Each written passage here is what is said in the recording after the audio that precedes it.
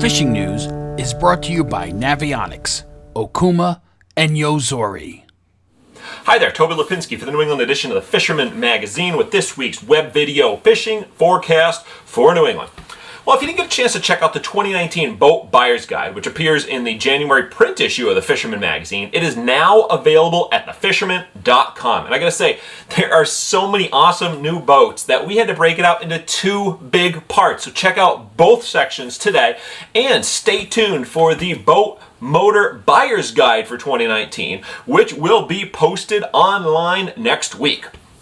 All right, let's see, moving on into the fishing reports. I'm going to start a bit to the south today as Fisherman subscriber Alan Sheriff spent the New Year holiday down in Miami with his son Kyle and new daughter-in-law Emily, and they got into some really good peacock bass action to about 4 pounds on live shiners.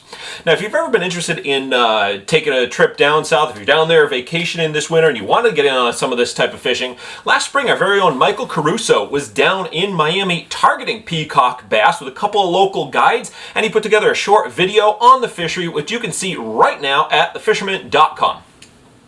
Bit closer to home, let's see, fishing remains tough, to say the least, out on the cod grounds with basically none of the boats able to leave the dock for about a week now. The same is being reported the boats sailing out of Montauk that head east as well as south.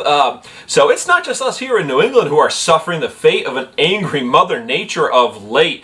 Unfortunately, too, looking ahead, the next few days look to be pretty much blown out with it, and then followed with a bit of a winter weather event coming in some point over the weekend into Sunday, Monday, what have you. So it might be a little while now before the boats are able to sail once again. So all I can say is keep an eye on the weather, and if you want to get out, if you see something starting to develop, give the boats a call and see what their plans are. And then moving on over the freshwater side of things, unfortunately fishing is a bit tough over there too.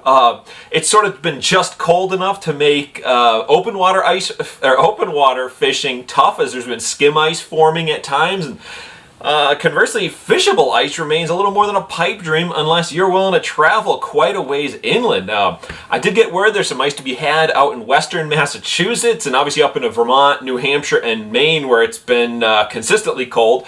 There's some rumors of a few spots in upper reaches of Rhode Island and northwest corner of Connecticut with 2 or 3 inches of ice, but honestly that is nowhere near safe enough for me to even consider going and poking around and trying my luck. But I mean, it's winter. Hopefully we'll see a little better ice making weather coming soon. Otherwise, that awesome new Humminbird Ice Helix 7 that I picked up for this winter is going to stay boxed up a little longer than I had planned. Well, in any event, I'm Toby Lapinski for the New England edition of the Fisherman magazine, wishing you tight lines if you head out onto the water this weekend.